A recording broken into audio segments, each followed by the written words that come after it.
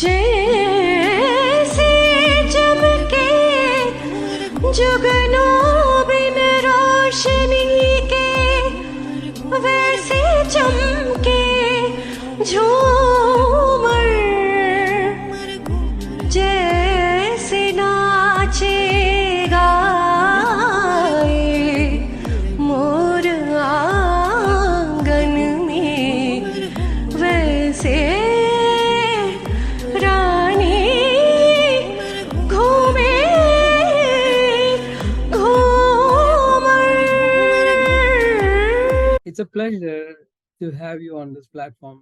I will just talk to you about the platform. We had, Yeah. amateur singers from SMU who had been interviewed on this platform, as well as we have professional singers or professional musicians who came and did interviews with us on this platform. The purpose of today's interview is to know your music. Actually, ask you about your earliest experience on your music career. Like, how did you get to know that you can sing and, all that background. So I'm all ears. Actually, let's start with that. Actually, yeah, go ahead. Sure, sure. Thank you so much. So the beginning was typically the South Indian reality that music in any form should exist in our family. So they just put their kids into any kind of performing arts, be it Bharatnatyam or Carnatic vocal, or if it's the boys, then Mridangam. Of course, now everyone plays Mridangam. My own guru, she also plays the Mridangam. She has learned how to play. So that's how it all started. One day, my mother, she's told me that I was barely 2.5 years old when I sang my first Ram Bhajan in front of a Hindustani teacher in Jamshedpur. That's where I was born and brought up. Uh-huh. So the teacher heard me and she was like, she's got such a sweet voice and she knows her Shruti and she knows she can sing, but she's too small, so I wouldn't start training her right away. Let her grow a little more and in the meantime keep listening to songs and then see where it goes. So Yeah. that was in my mother's memory and what she told me. My first singing, my first rendition was at the age of 2.5. Then I Oh, wow. started training at 4, 3 and 3/4, or at the age of little less than 4 years of age. That's Mhm. when I started learning with my very first guru, Malti Lakshman, Srimati Malti Lakshman. Uh-huh. Yeah. So I was born How and do you brought up there. happen? How do you happen to be in Jamshedpur? Because your parents were Yeah, my father was actually working for Tisco at that time, okay. Tata So Steel, Tata. okay. Mhm. Yeah, so You could then just give me a my little bit mother, background, yeah, background about your family. Actually, maybe that would help yeah, us. sure. So my mother and father both are born and brought up in Bombay. Okay. Um, so they did everything, their schooling, work, everything there. And then my father, he's actually a IIT and IIM graduate. So he's done metallurgy from there, IIM Ahmedabad and IIT Bombay. Um, So then he got a job in Tata Steel and he came to Jamshedpur and my mother joined him after okay. marriage. So So that's when I you was grew born up. there. Yeah. Yeah, yeah. So Okay. till the age of 12, I was in Jamshedpur. Uh-huh. And then we shifted to Bombay because my father Okay. got a transfer. And then Mhm. after a point when their parents became old, they thought it's good to be close to family. So, Good. so the first 8 years of training was in Jamshedpur Okay. under my guru Malti Lakshman. And I also learned Hindustani for 3 years Oh, okay. till from the age of 9 until Oh, 12 till okay. that I was in Jamshedpur. I learned from Mr. Anjan Roy, Okay. Shri Anjan Roy.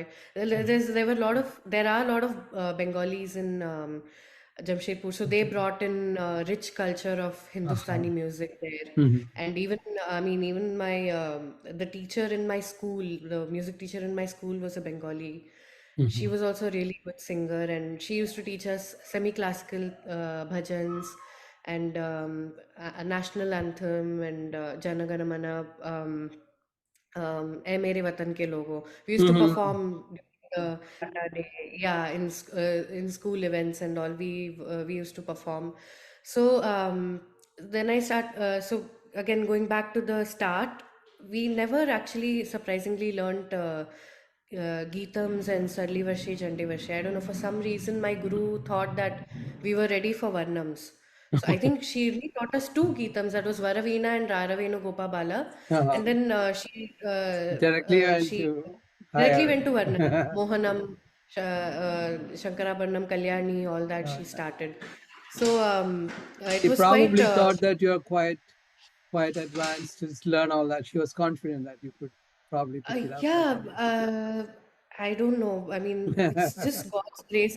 That's what I feel, that God is, we are just instruments. Yeah, Whatever comes from our voice or our yeah. throat is, He, it's He His blessing that blessings comes actually. out. Yeah, absolutely. There is nothing that is ours.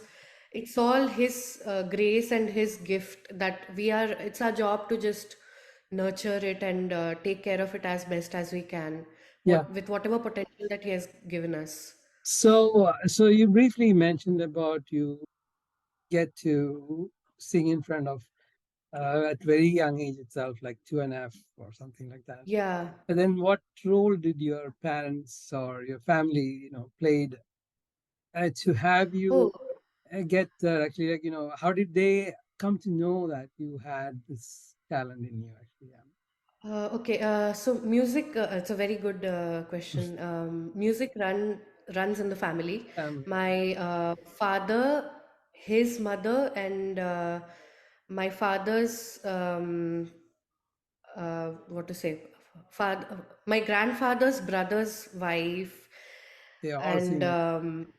everyone. Yeah, my attes, that is my aunts from my Yeah, father's side. they all sing. They all they all sing. They have all learned Carnatic music.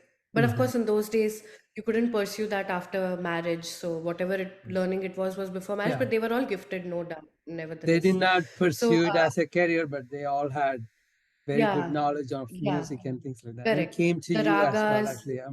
yeah, absolutely. They could identify ragas, just with one line. We'd sing one line and they Right. would know what raga it is. Yeah. And they were so knowledgeable about the composers. They had such a rich song bank, Uh-huh. and they were really gifted. And my father plays the harmonium really well, and he plays professionally also. Okay. So So from you him, had I think I've seen music all the time in the yeah, family yeah, yeah. He used to play growing the up. harmonium. I have pictures of when we were toddlers and newborns, and he would sit with the harmonium. And when I was of a crawling age, I would go and sit on the harmonium and Yeah. just see him play it. Yeah. So that's So a great there thing was to great music way to, yeah. always. Yeah. Yeah, and my parents, both of them, were so vested in our learning and our training. Every class that we would have after coming home, they both would sit us down, and my sister and me, actually, we both have learned Carnatic together. So they would sit us down and they would ask us what happened in class today, what all did you learn, and then if time permitted, they would ask us to just sing whatever we sang in Okay. class. But of course, at that young age, we were very playful. Yeah. So, and that was another thing of surprise to us. Again, God's grace, that we never practiced. We would just go to class and learn, and then our teachers used to say that they have good grasping power, both the sisters. Like Hmm. one class, I teach them something, next class, they just come and sing it as they have learned Yeah. it. Cool. So you used So, to be very familiar with this Carnatic system of music yeah, it, for it some it reason, like it actually. felt it was very Very internalized natural. already, but somehow we were not aware of it at Yeah. that age. So I mean, that's a point where I wanted to ask you this. You said, how important did you think that learning Carnatic music is a part of you really growing up, or you really hated it, or you really did not like? You, as children, we like to Yeah, play more, right? Instead of just. absolutely. Yeah, and that's there. And we were avid listeners of film songs, actually. We grew up listening to the latest film songs, not the old ones. Yeah. We somehow did not we found the later ones more relevant to our taste and Right. listening. And I remember 1998 when Breathless had come out, Shankar Yeah. Mahadevan's. My sister and I, we had by-hearted it, and any Okay. guest who'd come home, they'll Mhm. say, You "Please would sing sing. something." We used to sing Breathless. So a lot of my dad's friends and all who we meet Mm. when we go to India and Yeah. who would have seen us in Jamshedpur when we were small, they would say, "I still remember you're the Breathless Sisters." We always used to singing You that. had a So name with that um, song actually. yeah, we were huge fans of Shankar Mahadevan. Yeah. Alka So, Yagnik, I used to love her voice. so in the family there was Carnatic music, but then nobody was stopping you from being exposed to other kind of music Oh as well. yes, So yeah. that We always had was a there.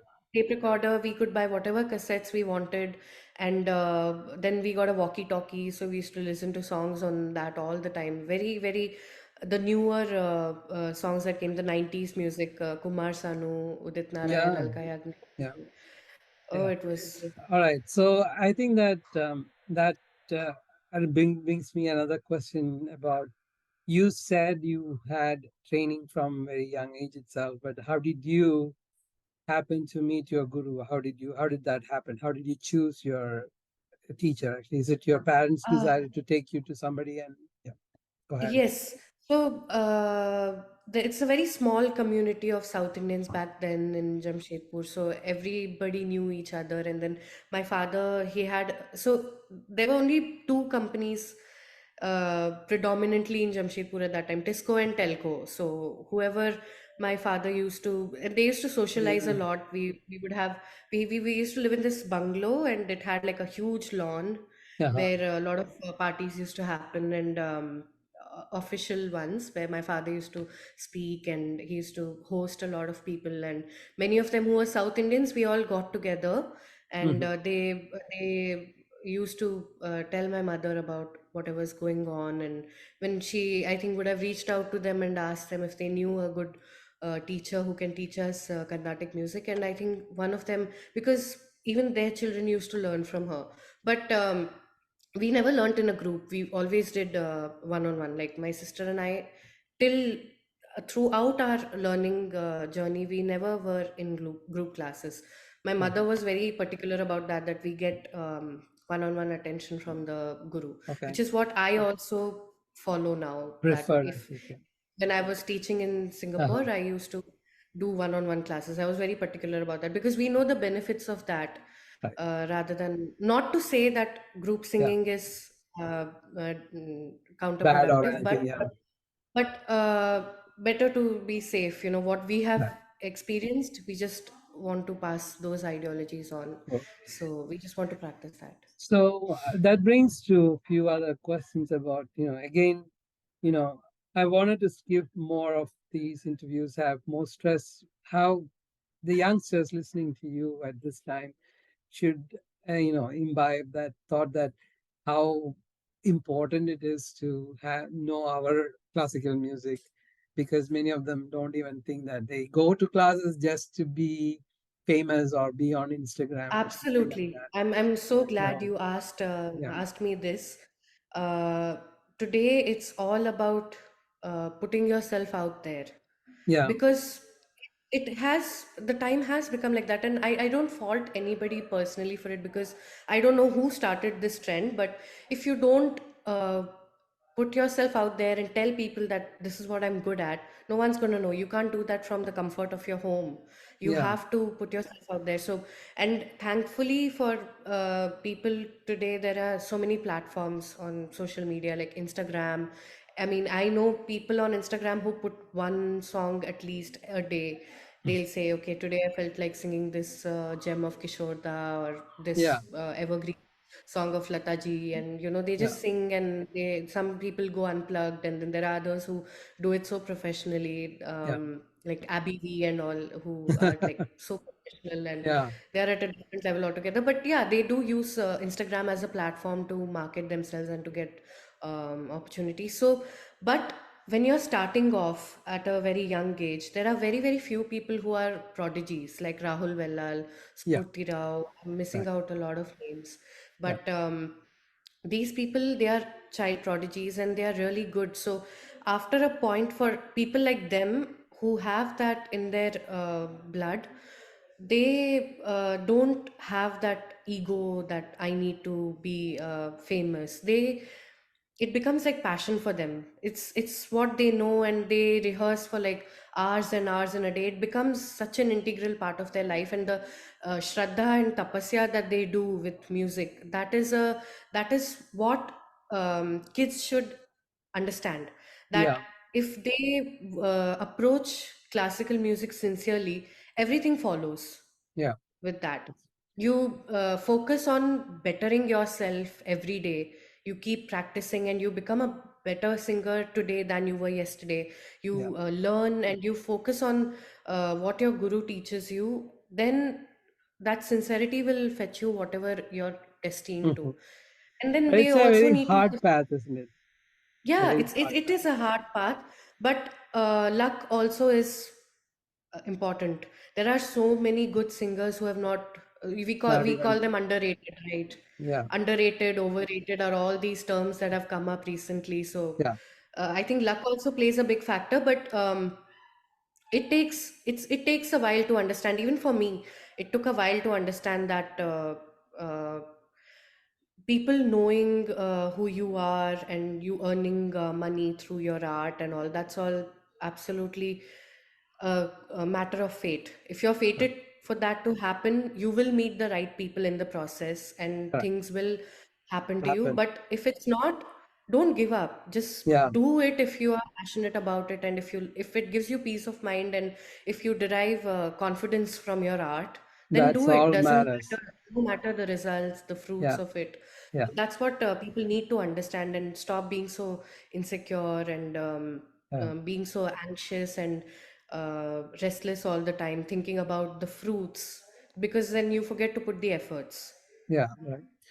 So I think that, the next thing that I want to hear from you is about what did you, after you now spend a lot of years learning Carnatic music and looking back to your earliest gurus, and then later on, whatever you learned as well, what did you take from your gurus as the most important thing? Like, is it a style from them? Is it something that you really had, you know, really cherish a lot by looking back at those days that you have done? So, Definitely, lots of their blessings, mhm. firstly. And at a younger age, it was just the songs that we used to take away from the class. Yeah. We tried to keep up and learn as much as we could. And we used to perform a lot.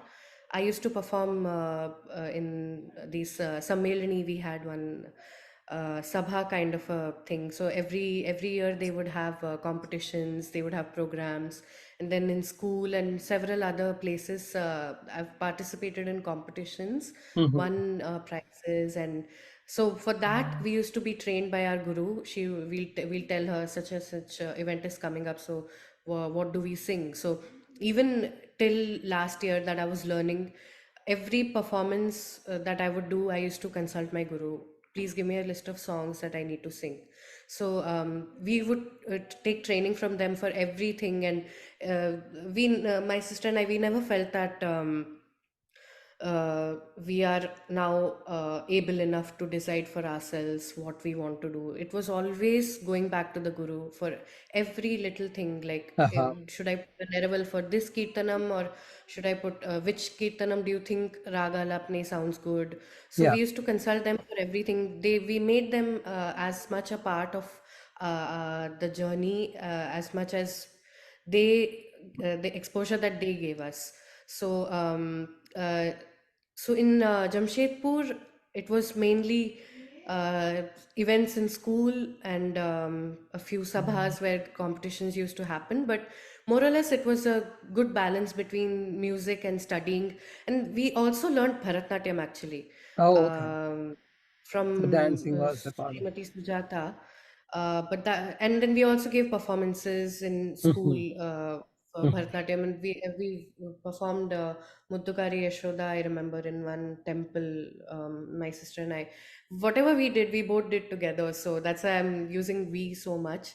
Um, so uh, so we learned Bharatanatyam as well, and Hindustani also. There were exams to give, which I did not like so much, but the learning was there. And in fact, a lot of things that we don't learn in Carnatic about sur Yeah, and the stability of every note that we put, yeah, like sa, re, ga, ma, pa, da, ni, yeah, sa, all yeah. that we learnt in Hindustani. So they both styles complemented. As a learning, it was so beautiful. It was holistic, and Cool. what one lacked, the other made up for it. So Hmm. it was like Right. that. Yeah. Back in Uh, Jamshedpur, yeah. So I think that you're trying to say that you had benefited by being in training under a guru because you had a lot of guidance from them. They knew absolutely. better. They knew better than what you really would have done by yourself. So it's always good that you go and study from someone. Yeah, I Yeah, think. yeah, yeah. तुम ही सोचो जरा क्यों